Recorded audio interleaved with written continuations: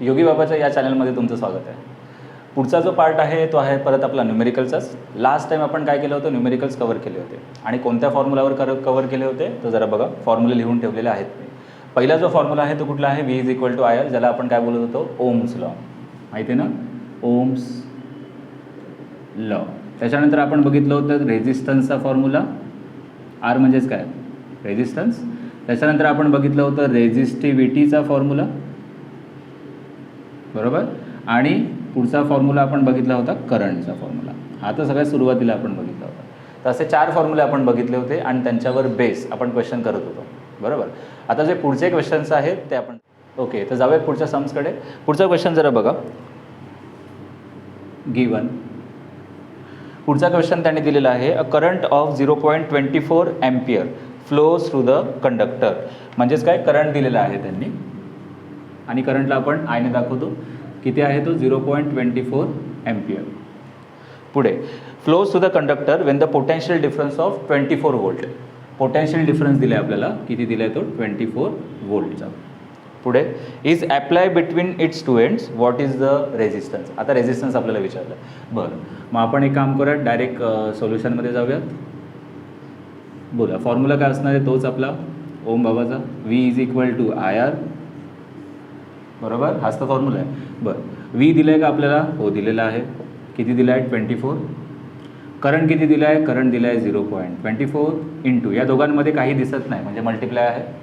Resistance R दिलं आहे का इथे, नाही, तेच तर आपल्याला काढायचं आहे रेझिस्टन्स.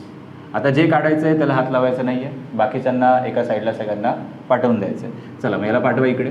0.24 इथे काय होता, मल्टिप्लाय, इथे येऊन काय होणार, डिवाइड. मग 24 upon 0.24 is equal to R, resistance, बरोबर. ओके, आता ह्याला डिवाइड कसं करणार. आता पहिले एक काम करूया, हा जो पॉईंट आहे तो आपण काढून टाकूया. आता पॉईंट कसं काढायचं, सिम्पल आयडिया आहे. जर इकडे बघा, याच्यामध्ये जर का आपण पॉईंटला पुढे शिफ्ट केलं तर काय होतं जरा बघूया. 24 आपण काय केलं, पॉईंटला इथे पुढे शिफ्ट केलं, बरोबर. मग पुढे शिफ्ट केल्यावर काय होतं, 10⁻² असं लिहावं लागतं. आता का, जेव्हा आपण राईट साईडला पॉईंटला शिफ्ट करतो तेव्हा 10च्या पॉवरमध्ये निगेटिव्ह नंबर येतात, म्हणजे 10⁻², 10⁻3. आता आपण कितीने शिफ्ट केलं, 2ने शिफ्ट केलं, म्हणजे किती नंबर येणार, 10⁻². ठीक आहे, इज इक्वल टू R. पाठी शिफ्ट केलं असतं तर प्लसमध्ये आलं असतं. मग आपण काय केलं, पुढे शिफ्ट झालं असं म्हणून मायनसमध्ये आलेलं आहे. आता बघा 24 आणि 24 काय झाला, कॅन्सल झाला. आणि हा जो 10⁻² आहे त्याला वरती घेऊन येणार आहे. मग 10⁻² वरती आला की काय होणार, प्लस होणार, कारण मायनस होता खाली, मग तो वरती आल्यानंतर काय झाला, प्लस झाला. आता 10⁻² म्हणजे काय रे, 10⁻² म्हणजेच काय की 1च्या पुढे किती झिरो आहे, 2 झिरो आहे. सिम्पल. 10⁻² म्हणजे काय, 1च्या पुढे 2 झिरो.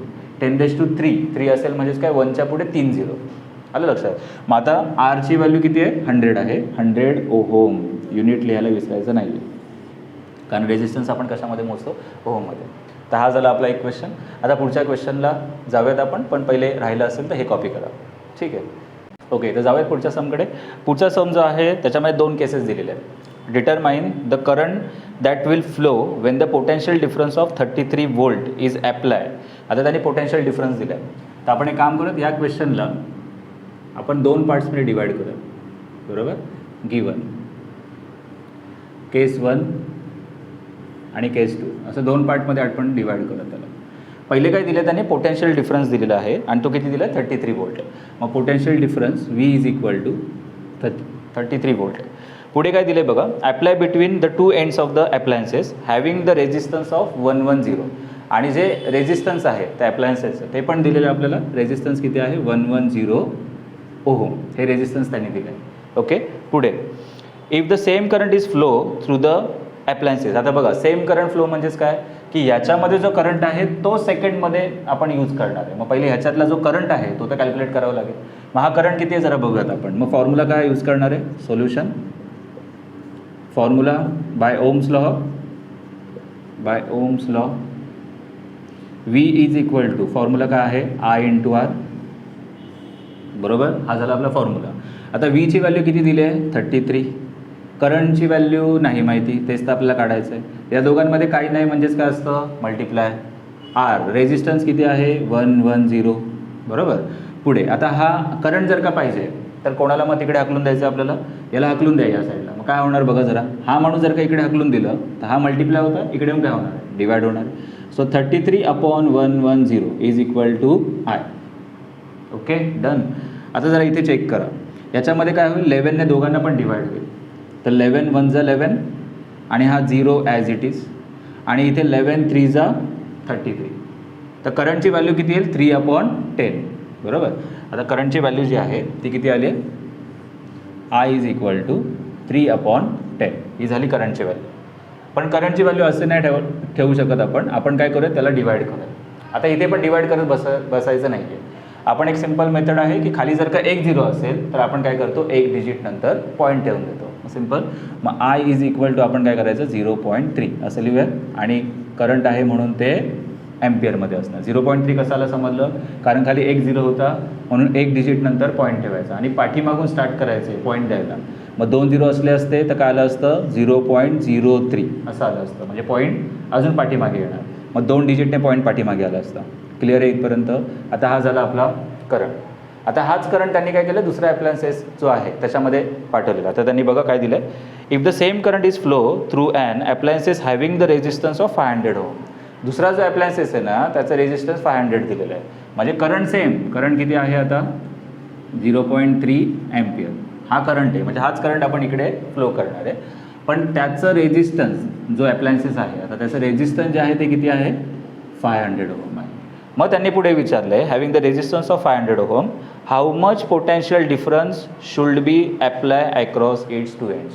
म्हणजे पोटेन्शियल डिफरन्स किती दिलं पाहिजे, म्हणजे व्हीची व्हॅल्यू विचारली आहे ना. मग सोल्युशन ओके.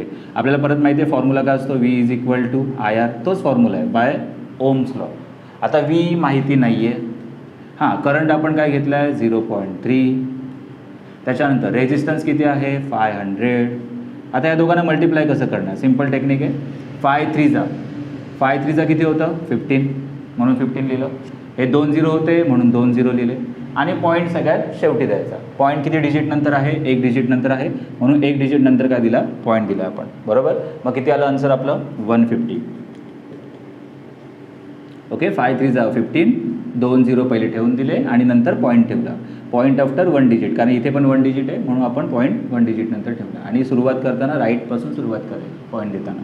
मग किती आलं 150. हा 0 आपण लिहित नाही. आणि पोटेन्शियल डिफरन्स युनिट काय असतं, वोल्ट, म्हणून मी काय केलं इथे वोल्ट लिहिलं. ओके. पूर्ण क्वेश्चन झालेला आहे. पटकन कॉपी करून घ्या म्हणजे आपण काय करूया, नेक्स्ट समकडे जाऊया. ओके. काय दिले त्याच्यामध्ये, determine the resistance of the copper wire. आता त्यांनी काय सांगितले, कॉपर वायरचं रेजिस्टन्स कॅल्क्युलेट करा. मग पहिले गिवन जे आहे ते लिहून घेऊयात आपण. गिवन काय काय दिलेलं आहे. ओके. कॉपर वायर दिली आणि कॉपर वायरचं रेजिस्टिव्हिटी दिलेली आहे. बघा आता कॉपर वायर आहे. ओके. तर त्याचं रेजिस्टिव्हिटीची व्हॅल्यू दिली आहे. रेजिस्टिव्हिटी किती आहे त्याची 1.7 × 10⁻⁻⁸ -8. आणि रेजिस्टिव्हिटीचं युनिट काय असतं, ओहम मीटर. बरं. रेजिस्टिव्हिटी दिली आपल्याला. पुढे सांगितलं आहे having the length of 1 kilometre. Length of the wire म्हणजे तुम्हाला समजलं असेल, जी वायर आहे त्याची ही जी लेंथ असते ती लेंथ त्यांनी दिलेली आहे. ती लेंथ किती आहे 1 किलोमीटर. आता आपल्याला माहिती आहे की आपण जे पण काही युनिट्स आपण ठेवतो आहे SI युनिट ठेवतो आहे आणि किलोमीटरला म्हणून आपल्याला काय करावं लागेल, मीटरमध्ये कन्वर्ट करावं लागेल. मग आपण किलोमीटरला जरा मीटरमध्ये कन्वर्ट करूयात. कसं करणार, मी सांगितलं होतं किलो म्हणजे असतं 10⁻3. मग इथे मी काय लिहिलं 1 × 10⁻3. म्हणजे फक्त 1ला 10⁻3ने मल्टिप्लाय करायचं. का, कारण किलो म्हणजे काय असतं 10⁻3. तसं सेंटी म्हणजे काय होतं 10⁻². जर का मीटरमध्ये कन्वर्ट करायचं आहे तर. ओके. तसंच आपण केलं. मग किलो म्हणजे 10⁻3 आणि हा काय राहिला मग इथे मीटर. आता हे झालं मीटरमध्ये कन्वर्ट. ओके. पुढे त्यांनी दिलं आहे and the diameter of the wire is 0.5 millimetre. बघा डायमीटर दिलं आहे त्यांनी आता आणि तो किती दिला आहे 0.5 मिलीमीटर. ओके. तर मिली म्हणजे मी सांगितलं होतं 10⁻⁻3. बरोबर. हां, मिली म्हणजे 10⁻⁻3. आता हे वर्ड लक्षात ठेवायचे आहेत. मिली म्हणजे काय असतं 10⁻⁻3 असतं. किलो म्हणजे काय 10⁻3 असतं. हे वर्ड फक्त लक्षात ठेवायचे. कन्वर्ट करण्यासाठी आपल्याला लागतं. आणि त्यांनी विचारलं आहे रेजिस्टन्स कॅल्क्युलेट करा. बरं. आता ह्याच्यामध्ये रेजिस्टन्सचा जो फॉर्म्युला आहे तर का फॉर्म्युला आपण बघितला तर रेजिस्टन्सचा फॉर्म्युला काय असतो, तर रो L/A हा आपला फॉर्म्युला आहे, बरोबर. आता याच्यामध्ये जरा चेक करा, रेझिस्टन्स जो आहे तो आपल्याला कॅल्क्युलेट करायचा आहे, बरोबर. रेझिस्टिव्हिटी जी आहे ती रेझिस्टिव्हिटी दिलेली आहे, म्हणजे हे दिलेलं आहे आपल्याला. लेंथ जी आहे ती लेंथ पण यस दिलेलं आहे, पण एरिया दिला आहे का आपल्याला? नाही, क्रॉस सेक्शनल एरिया नाही दिला. एरिया म्हणजे समजलं ना, हा जो एरिया आहे तो त्यांनी आपल्याला प्रोव्हाइड केलेला नाही आहे. मग तो क्रॉस सेक्शनल एरिया आपण कसा काढतो? मग तुम्ही बोलणार सर हा तर सर्कल आहे, आणि सर्कलचा एरिया कसा काढतो आपण? πr², बरोबर. हा जो एरिया आहे तो आपण या फॉर्म्युलाने कॅल्क्युलेट करतो, हे बरोबर आहे. पण आता त्यांनी रेडियस पण नाही दिलं आहे. रेडियस दिले का इथे? नाही. त्यांनी काय दिलं? डायमीटर दिलं आपल्याला. हां, मग एक काम करूया की हा जो फॉर्म्युला आहे तो डायमीटरच्या फॉर्ममध्ये कन्वर्ट करूया. मग जेव्हा आपण सर्कलचा एरिया काढतो, बरोबर, आणि डायमीटरच्या फॉर्ममध्ये काढतो तर एरियाचा फॉर्म्युला चेंज होतो, आणि एरियाचा फॉर्म्युला काय होणार? π/4d². मग आता इथे काय कळालं? जेव्हा रेडियस दिलं असेल तर हा फॉर्म्युला यूज करायचा आहे, आणि जेव्हा डायमीटर दिलं असेल तेव्हा तुम्ही हा फॉर्म्युला यूज करा, π/4d². ओके. कशासाठी लागणार आहे समजलं? कारण रेझिस्टन्सच्या फॉर्म्युलामध्ये खाली एरिया रिक्वायर्ड आहे, आणि तो एरिया आपल्याला दिला नव्हता त्यांनी. मग तो एरिया पहिले कॅल्क्युलेट करावा लागेल, आणि त्या एरियाचं आपण कॅल्क्युलेशन या फॉर्म्युलाने करणार आहे. का? कारण आपल्याला डायमीटर दिला आहे म्हणून. मग आपण एक काम करूयात, पहिले एरिया जो आहे तो कॅल्क्युलेट करून घेऊयात. चला तर पटकन जाऊयात सोल्युशनमध्ये. सोल्युशनमध्ये पहिले काय? एरिया. काय area? π/4d². Okay. So area is equal to पायची व्हॅल्यू 3.14 ती टाकली आपण. खाली काय आहे? 4. नंतर d². d² म्हणजे कोणाचा? डायमीटरचा स्क्वेअर. आणि डायमीटर किती दिला आहे हे बघा, 0.5 × 10⁻³ त्याचा स्क्वेअर, बरोबर. पुढे मग एरिया इज इक्वल टू 3.14/4 × 0.5चा स्क्वेअर. आपण कसा केला होता 0.5चा स्क्वेअर? 0.5 × 0.5, 0.5 × 0.5. ओके. आता 0.5 × 0.5 तर पॉईंटला विसरून जा. 5 × 5 काय होतात? 5 × 5 तर 25 होतात. मग आपण पहिले लिहिले 25. आलं लक्षात? आता पॉईंट द्यायला लागेल आपल्याला. पॉईंट किती डिजिट नंतर द्यायचा? इथे दिसतो 1 डिजिट नंतर पॉईंट, पण 1 डिजिट नंतर पॉईंट नाही आहे, कारण आपण काय केलं? 2दा मल्टिप्लाय केलं. म्हणजे आपण काय केलं? 0.5 × 0.5 केलं. म्हणून पॉईंट देत असताना 1, 2 नंतर पॉईंट द्या, 2 नंतर पॉईंट द्या, कारण 0. आणि 0.5मध्ये पॉईंट जो आहे तो 2दा काउंट झाला आहे ना, म्हणून मग 2 डिजिट नंतर आपण केलं. आलं का लक्षात? बरं. पुढे 3 आणि 2 ह्या दोघांना मल्टिप्लाय करा, म्हणजे तुम्हाला पॉवर भेटेल 10⁻⁶. हे तर सिम्पल आहे. 10⁻³ स्क्वेअर. मग काय करायचं असतं? फक्त या दोघांना मल्टिप्लाय करायचं असतं. मग 10⁻⁶ आला. आले इथपर्यंत सर्व? जरा पुढे जाऊयात आपण. ए इज इक्वल टू. ओके. आता ह्या दोघांना आपण मल्टिप्लाय करूयात. आता वरती जे आहेत, वरती कोण कोण आहे? 3.14 आणि 0.25. या दोघांना मल्टिप्लाय केल्यानंतर आन्सर जे आहे ते येणार 7850. मल्टिप्लाय करत असताना पॉईंटला तुम्ही विसरून जा. म्हणजे काय करायचं? मल्टिप्लाय करत असताना तुम्ही फक्त 314 आणि 25, समजलं?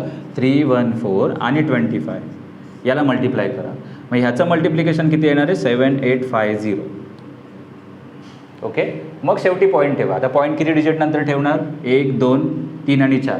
म्हणजे 1, 2, 3 आणि 4, 4 डिजिट नंतर पॉईंट ठेवायचा. झाला. पॉईंट देताना राईटपासून चालू करायचं आहे. ओके. हां, तर 1, 2, 3, 4. 4च का? कारण मग इथे डिजिट किती होते? 4 डिजिट नंतर ना. इथे 2 डिजिट नंतर पॉईंट आहे, आणि इथे पण 2 डिजिट नंतर पॉईंट आहे, म्हणून मग 1, 2, 3, 4, 4 डिजिट नंतर पॉईंट ठेवला. आणि खाली काय? खाली आहे 4 × 10⁻⁶ ॲज इट इज.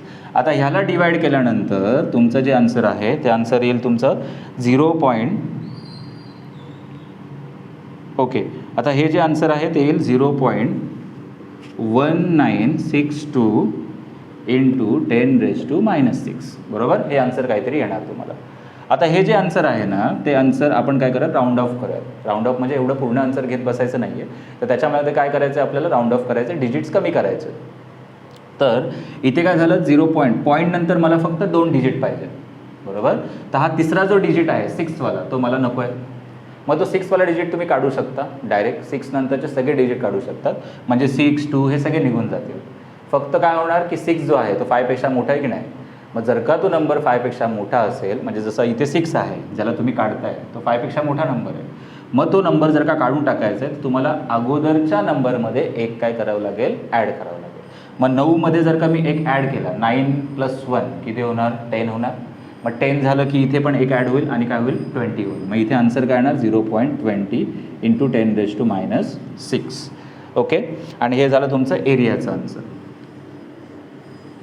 ओके. काय केलं आपण सिम्पल आहे बघा, मला फक्त पॉईंट नंतर 2 डिजिट ठेवायचे होते म्हणून मी काय केलं 6ला काढून टाकलं. पण 6 जो आहे तो काय होता 5पेक्षा मोठा होता आणि म्हणून मी काय केलं अगोदरच्या नंबरमध्ये एक ॲड केला. मग एक ॲड केल्यानंतर काय झालं 90चं काय झालं 20 झालं असं लक्षात ठेवा. बरोबर. पहिले किती होतं 19 होतं, आता किती झालं 20 झालं 10⁻6. आता हा झाला आपला एरिया. पण आपल्याला काय काढायचं आहे रेझिस्टन्स काढायचं आहे. मग रेझिस्टन्स जरा काढूयात आपण. Resistance is equal to formula काय आपला रेझिस्टन्सचा रेझिस्टिव्हिटी लेंथ अपॉन एरिया. मग आपल्याकडे आता सगळ्या व्हॅल्यू आहेतच है ना. मग resistance is equal to resistivity किती दिली आहे 1.7 इंटू 10⁻8. पुढे लेंथ किती दिलेली आहे लेंथ आहे 1 इंटू 10⁻3 1 इंटू 10⁻3. पुढे एरिया आत्ताच आपण काढला 0.20 इंटू 10⁻6. आले इथपर्यंत सर्व. ओके.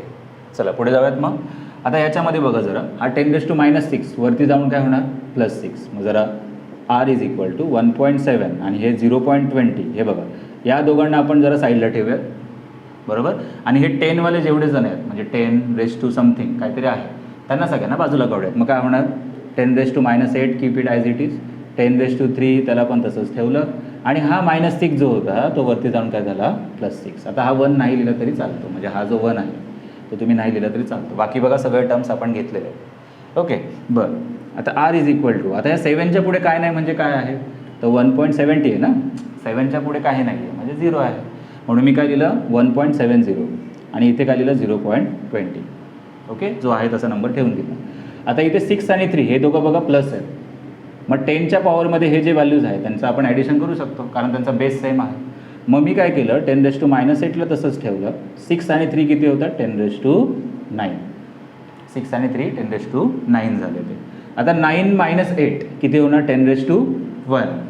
9 - 8 किती होणार 10⁻1. मग आता इथे बघा जरा हां आणि ह्या दोघांचं काय केलं त्यांचं पण जरा कॅल्क्युलेशन बघून घ्या. हा जो पॉईंट आहे तो मला नको आहे. मग मी काय केलं त्या पॉईंटला पुढे शिफ्ट केलं. किती डिजिटने केलं 2 डिजिटने. आता जेव्हा आपण राईटला शिफ्ट करतो तेव्हा आपण काय लिहितो 17. हा जो पॉईंट आहे तो मी काय केला 2ने पुढे शिफ्ट केला. बरोबर. मग काय होणार 170 इंटू 10⁻². आता 2ने पुढे शिफ्ट केलं ना म्हणून 10⁻². जर का एकच डिजिटने शिफ्ट केला असता तर मग काय आलं असतं 10⁻1. ठीक आहे. बरं. पुढे इथे पण 2ने शिफ्ट करा पुढे. मग काय होणार 20. हे बघा हा पॉईंट पुढे जाणार डायरेक्ट इथे येणार. मग 20 इंटू 10⁻². कारण पॉईंट मला नको होता म्हणून मी असं केलं. ठीक आहे. आणि मग शेवटी काय राहिलं आहे हां या दोघांचं कॅल्क्युलेशन काय 10⁻9 आणि 10⁻8. तर 9 आणि 8 यांना मायनस केलं तर राहणार 10⁻1. Clear. Okay. So resistance is equal to 10⁻2 10⁻2 cancel. काय राहिलं 170/20 आणि हा 10⁻1. जर आपण याला वरती लिहूयात काय आलं आपलं आन्सर इथे 170/20 इंटू 10⁻ काय आला आहे 1. ओके. आता याच्यामध्ये हा 0 गेला हा 0 गेला तर किती राहिलं रेजिस्टन्सची व्हॅल्यू किती आली आहे resistance is equal to 17/2 into 10⁻1. Simple आहे. हे बघा 10⁻1 फक्त कॉपी केलं आहे आणि हा 0 0 कॅन्सल केला मग 17/2 राहिलं. आता 17ला 2ने डिवाईड केलं म्हणजे ते हाफ होणार. 17चे हाफ किती असतात आणि 70चे हाफ जे आहे ते आहे 70चे हाफ इज 8.5. बरोबर ना 8.5 इंटू 10⁻1.